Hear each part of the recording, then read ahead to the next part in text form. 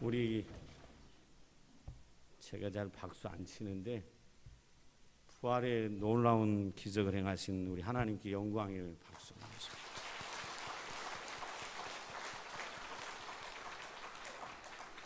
우리 옆에 있는 분 축복합니다. 잘 되고 있습니다. 기도하면 더 잘 됩니다. 오늘이 부활절 아침입니다. 예수님이 우리를 위하여 부활하셨습니다. 우리는 죽어도 다시 삽니다. 그리고 영원히 다시 살게 될 것입니다.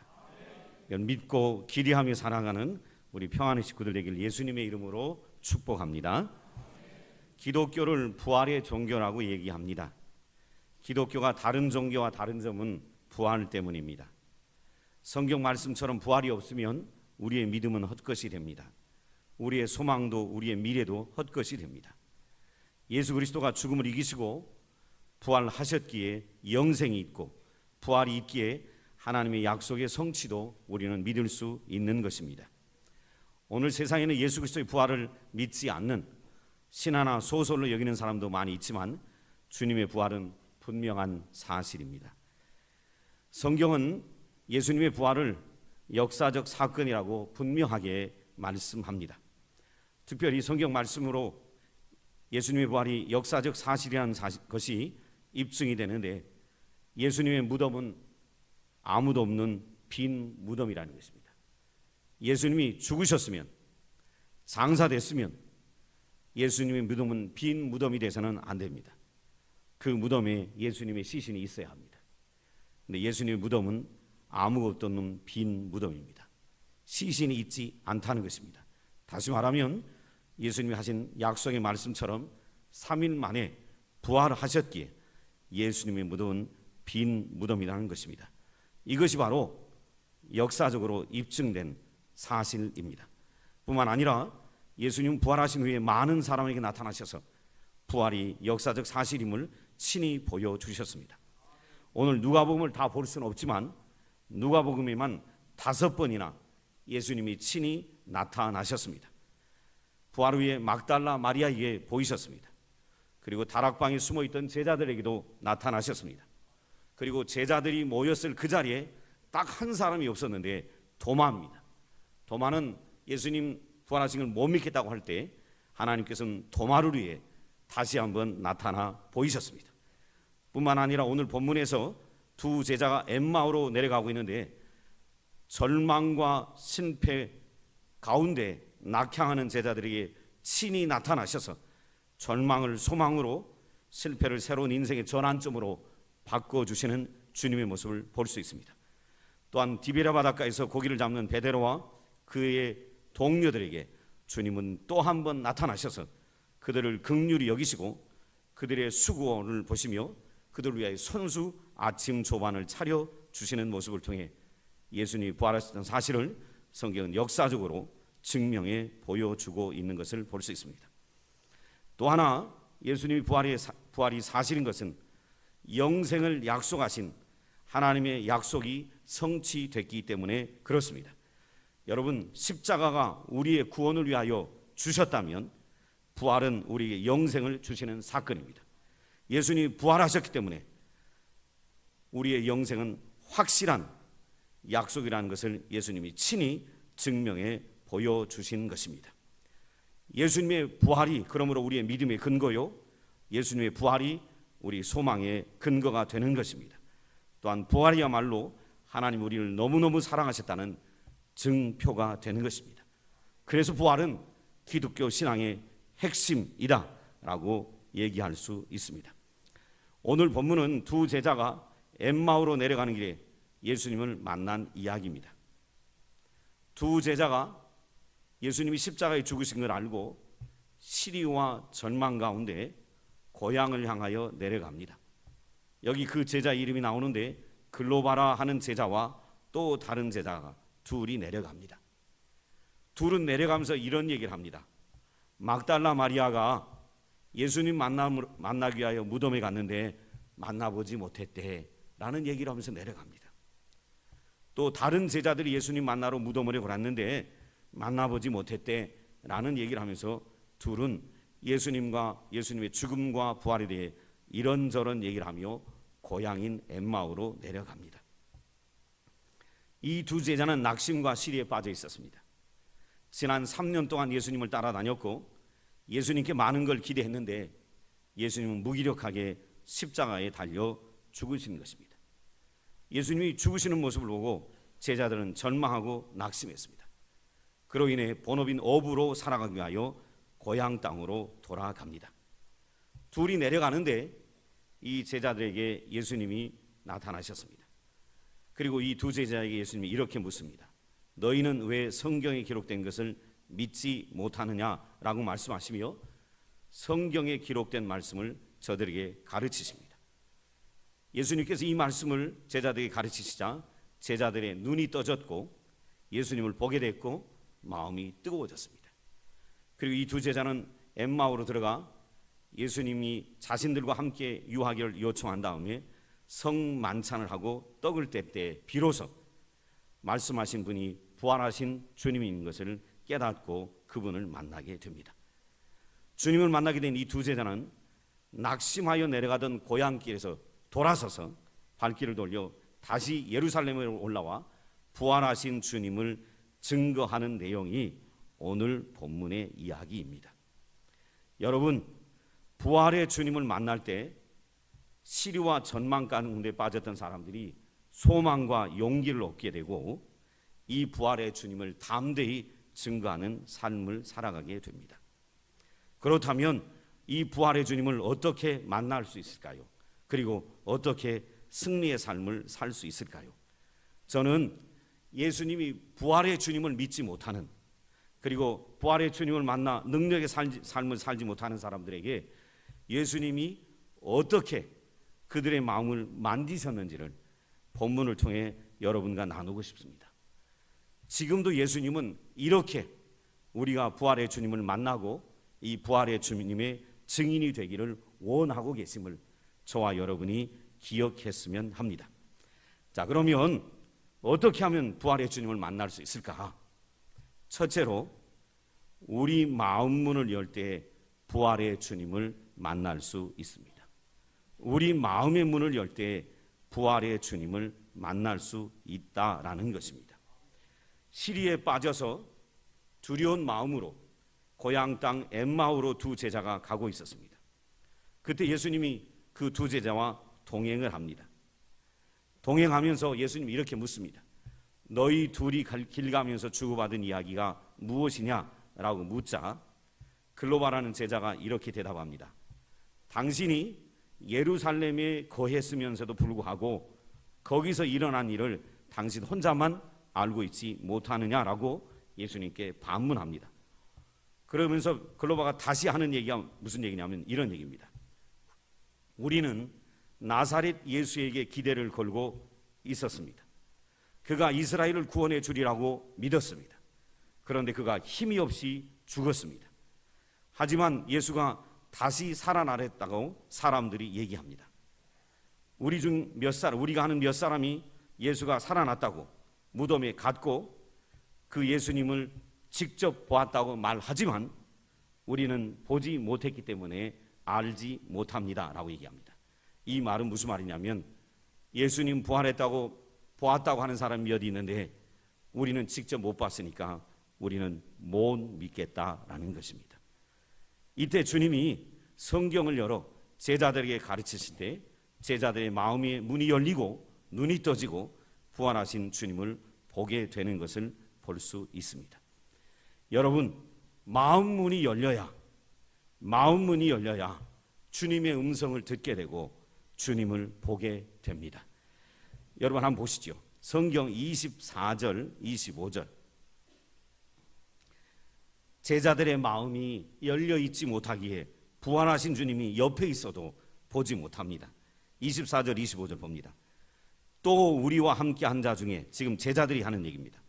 또 우리와 함께 한 자 중에 두어 사람이 무덤에 가 과연 여자들이 말한 바와 같음을 보았으나 예수는 보지 못하였느니라 하거늘. 예수를 보지 못했기에 우리는 예수가 살아났다는 사실을 뭐 하겠다는 겁니까? 믿지 못하겠다는 것입니다. 그때 25절에 예수님이 하신 말씀을 보시죠. 예수님이 이르시되 미련하고 선지자들이 말한 모든 것을, 그 다음 단어가 중요합니다. 마음에 더디 믿는 자들이요. 마음이 열리지 않으면 부활하신 주님을 만날 수가 없습니다. 마음이 열려야 부활하신 주님을 만나게 됩니다. 오늘 이 자리에 나와 있는 평안의 가족 가운데 혹시 부활의 주님이 정말 믿어지지 않는 분이 있다면 제가 그분에게 도전합니다. 여러분의 마음 문이 열리도록 성령을 초청하시기를 주의 이름으로 축원을 드립니다. 여러분, 사람이 마음 문을 자기 의지대로 쉽게 열 수 있는 것이 아닙니다. 내가 믿고 싶다고 믿어지는 것이 아닙니다. 하나님께서 성령을 우리 가운데 보내주셔서 우리의 마음을 움직이셔야 우리 마음 문이 열려 주의 음성이 들려오게 되고 그 음성을 믿게 되는 것입니다. 성경은 분명히 얘기합니다. 성령에 의하지 아니하고는 예수를 주라 고백할 수 없다. 성령이 우리 안에 오셔서 우리의 마음을 열어주셔야 우리 마음이 열려 부활의 주님을 만나게 되고 부활의 주님을 믿게 되는 것입니다. 그러게 부활의 주님이 믿어지지 않는 분이 있다면 저는 그분들에게 도전합니다. 성령님 내 안에 오시라고. 그래서 부활의 주님을 내가 만나게 해달라고 성령 하나님을 초청하는 성도들 되시길 주의 이름으로 축원을 드립니다. 오늘 본문에도 여러분 24절 25절 보셨지만 제자들은 수없이 주님과 함께 했고 수없이 주님의 음성을 들었고 가르침을 들었고 수없이 주님의 기적을 봤으나 제자들 마음에는 이런 생각이 있는 것입니다. 어떻게 죽었는데 다시 살아날 수 있어? 어떻게 죽었는데 다시 살아날 수 있어라는 불신앙이 그들 안에 있었기에 마음이 열리지 않고 부활하신 주님이 옆에 있어도 보지 못하고 만나지 못한 것입니다. 우리 안에 불신앙이 있다면 주님을 만날 수가 없습니다. 어떻게 죽은 사람이 살아난다는 말이야? 어떻게 죽은 사람이 부활한다는 말이야? 이 불신앙이 있으면, 제자들과 같은 불신앙이 있으면 부활하신 주님이 옆에 있어도 보지 못하고 만날 수 없는 것입니다. 또한 이 제자들에게는 잘못된 기대감이 있었기에 부활하신 주님을 옆에 두고도 보지 못했습니다. 여러분 20절 21절 한번 잘 보세요. 잘 보십시오. 우리 지금 그 길가로 가던 두 제자들이 하는 말입니다. 우리 대제사장들과 관리들이 사형 판결에 넘겨주어 십자가에 못 박았느니라. 우리는 이 사람이 이스라엘을 속량할 자라고 바랐노라. 이뿐 아니라 이 일이 일어난 지가 사흘째요 라고 얘기합니다. 무슨 말입니까? 예수님의 제자들은요, 예수님이 로마의 압제에 있는 이스라엘을 구원할 거라는 잘못된 기대감을 갖고 있었습니다. 쉽게 말하면 이스라엘 백성들을 격동시켜가지고 혁명군의 지도자가 돼서 로마를 전복시킬 거라고 잘못된 기대감을 갖고 있었기에 그런 기대감을 갖고 있는 지도자가 십자가에 죽임당하고 죽임당한 지 사흘이나 지났다는 얘기를 하는 걸 보면 사흘이나 지났는데 이 사람이 어떻게 살을 수 있어? 부활할 수 있어? 믿지 못하겠다는 것입니다. 이 잘못된 기대감 때문에 부활하신 주님을 옆에 두고도 보지도 못하고 만나지도 못했던 것입니다. 여러분, 우리도 제자들과 같은 모습일 수 있습니다. 예수님은 저와 여러분을 죄에서 구원하기에 오신 우리의 메시아요 구원자이시고 우리의 왕이요 주이십니다.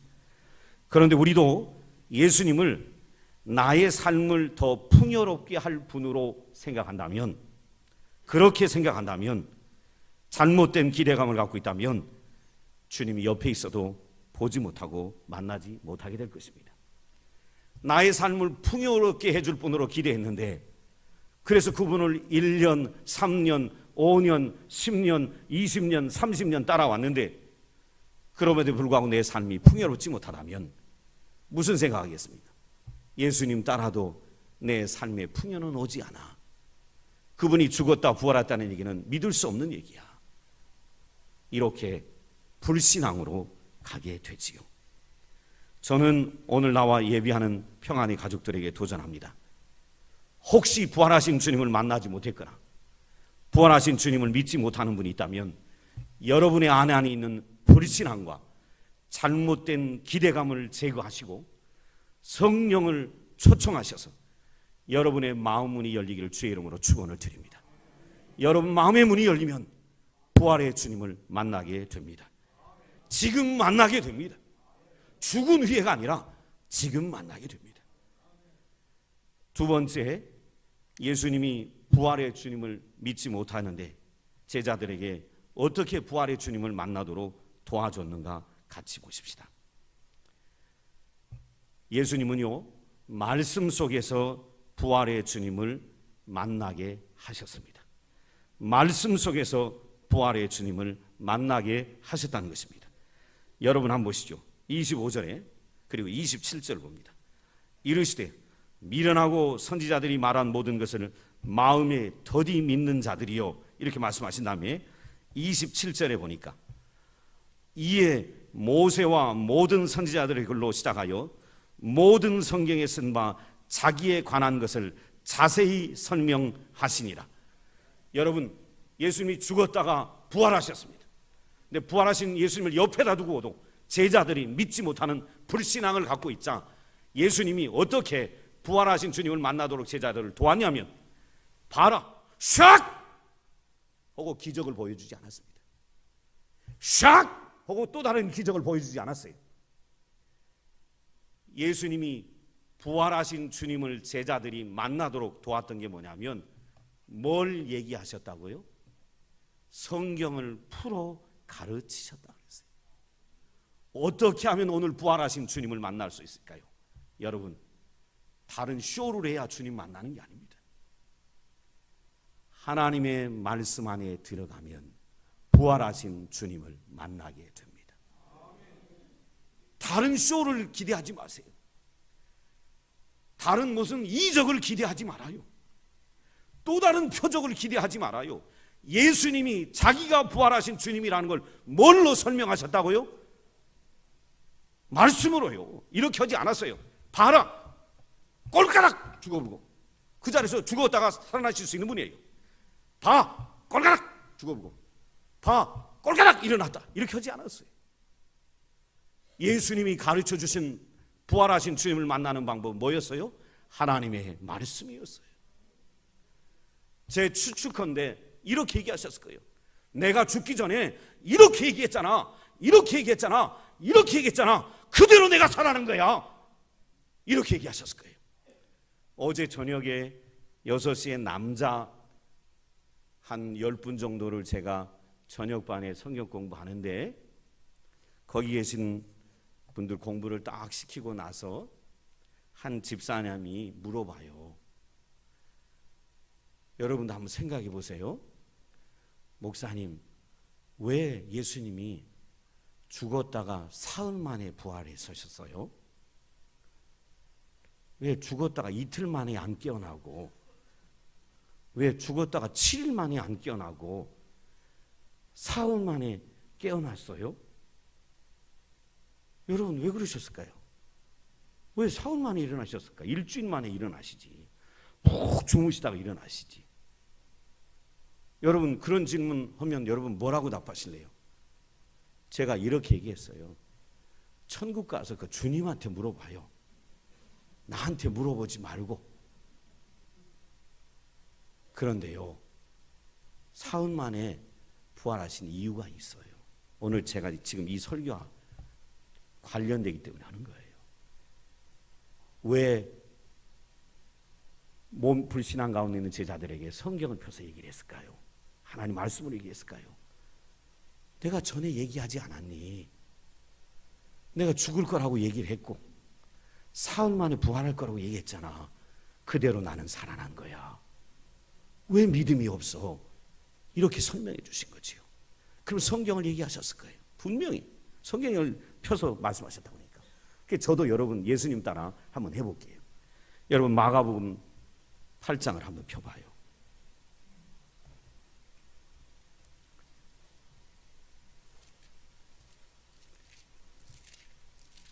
제가 어저께 성경 공부 때 그대로 했던 것입니다. 마가복음 8장 31절입니다.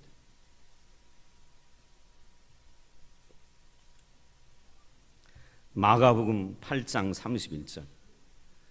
여러분 저 한번 보실래요? 사복음서 중에 신학자들이 얘기하기를 가장 먼저 쓰여진 복음이 마가복음이라 그래요. 그러니까 마태도 성경을 쓸 때 누구 성경을 참조했을까요? 마가. 누가도 성경을 쓸 때 누구 성경을 참조했을까요? 마가. 요한도 성경을 쓸 때 누구 성경을 참조했을까요? 마가. 사복음서 중에 학자들은 마가복음이 제일 먼저 쓰여졌다고 얘기를 해요. 그러니까 마가복음이 굉장히 중요하지요. 자, 마가복음 8장 31절 봐봐요. 마가복음 8장 31절 같이 읽어요. 베드로가 신앙 고백한 다음에 주는 그리스도시요 살아계신 하나님의 아들입니다. 이 고백하자 너 정말 잘했다 칭찬한 다음에 하신 얘기입니다. 마가복음 8장 30절 읽습니다. 시작. 인자가 많은 고난을 받고 장로들과 대제사장들과 서기관들에게 버림받아 죽임을 당하고 사흘 만에 살아나야 할 것은 비로소 그들에게 가르치시되. 예수님이 죽기 전에 뭐라고 하셨어요? 내가 사람들에게 고난받고 죽임당할 것이다. 그런데 며칠 만에? 사흘 만에 살아날 것이다. 그 다음 9장 31절 보세요. 묘하게도 절이 같아요. 9장 31절 또 예수님이 얘기하십니다. 9장 31절 읽죠. 시작. 이는 제자들을 가르치시며 또 인자가 사람들의 손에 넘겨져 죽임을 당하고 죽은 지 3일 만에 살아나리라 한 것을 말씀하기 때문이더라. 아멘. 또 한 것을 보죠. 하나님이요, 예수님이 마태복음 8장 전까지는 예수님이 놀라운 기적들을 행하셨습니다. 마태복음 8장 중반부터 끝장까지는 계속 예수님이 하셨던 얘기가 뭐냐면 나는 고난받게 될 것이다. 나는 죽임받게 될 것이다. 그리고 나는 사흘 만에 살아나게 될 것이다. 예수님이 십자가의 고난에 대해서 마가복음 절반 얘기가 뭐냐면 십자가에 대한 얘기예요. 고난에 대한 얘기예요. 10장을 한번 펴보세요. 10장 33절 34절 묘하게 여기도 30절대예요.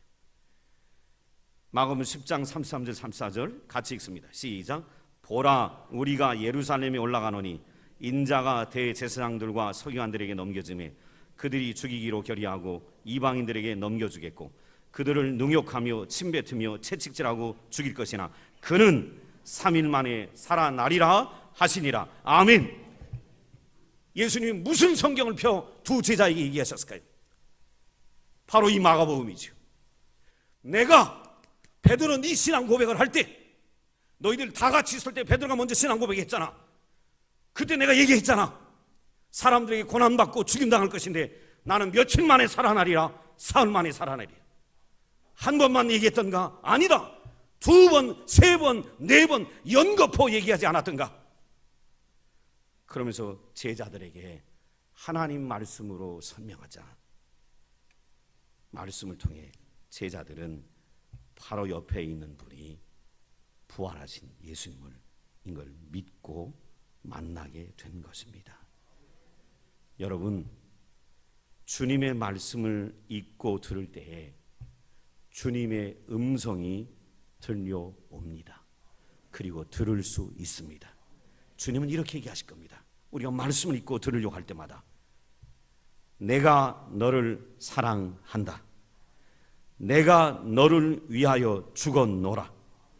내가 너를 위하여 부활하였노라 라는 음성을 우리가 주의 말씀을 읽고 들을 때마다 주님은 우리에게 말씀하시고 그 주님을 우리는 만나게 될 수 있습니다. 평안의 식구 여러분, 어떻게 부활하신 주님을 만나냐고요? 말씀 안으로 들어가셔야 합니다. 다른 기적을 기대하지 마세요. 예수님도 제자들에게 부활하신 주님을 설명하기를 말씀으로 가르치셨어요. 그러므로 우리는 말씀으로 들어가야 합니다. 말씀 안으로 들어갈 때 부활하신 주님을 만나고 부활의 능력을 가지고 사는 성도들이 될 수 있습니다. 마지막으로 주님이 부활하신 주님을 만나지 못하고 믿지 못하는 제자들에게 어떻게 부활하신 주님을 만나도록 도와줬을까요? 이겁니다. 교제를 통하여 부활하신 주님을 만나게 했습니다. 교제를 통하여. 여러분 30절 31절 30절 31절 한번 보시죠. 그들과 함께 음식 잡수실 때에 떡을 가지사 축사하시고 떼어 그들에게 주시니 그들의 눈이 밝아져 그인 줄 알아보더니 예수는 그들에게 보이지 아니하시는지라 라고 말씀합니다. 여러분, 제자들의 눈이 언제 떠졌어요? 떡을 떼며 음식을 먹을 때 눈이 떠져서 부활하신 주님을 알아보게 됐습니다. 여기서 떡을 뗐다는 것은 교제했다라는 것입니다. 여러분, 주님과 교제함이 있을 때 부활하신 주님과 부활하신 주님의 능력을 경험할 수 있습니다. 저는 오늘 나와 예배하는 성도들에게 도전합니다. 여러분, 부활절만 부활하신 주님을 만나서는 안 됩니다. 부활절에만 부활하신 주님이 계신 것이 아닙니다. 부활하신 주님은 매일매일 우리 삶에 함께하고 계십니다. 근데 언제 그 부활의 주님을 만나냐면 내가 주님과 교제할 때, 부활절에만 계신 하나님이 아니라 매일매일 나의 삶 속에서 함께 하시고 역사하시는 부활의 주님과 부활의 능력을 경험하며 누리며 살게 되는 것입니다. 저는 여러분에게 도전합니다. 부활의 주님을 믿지 못하거나 부활의 주님을 만나지 못한 분이 있다면 도전합니다.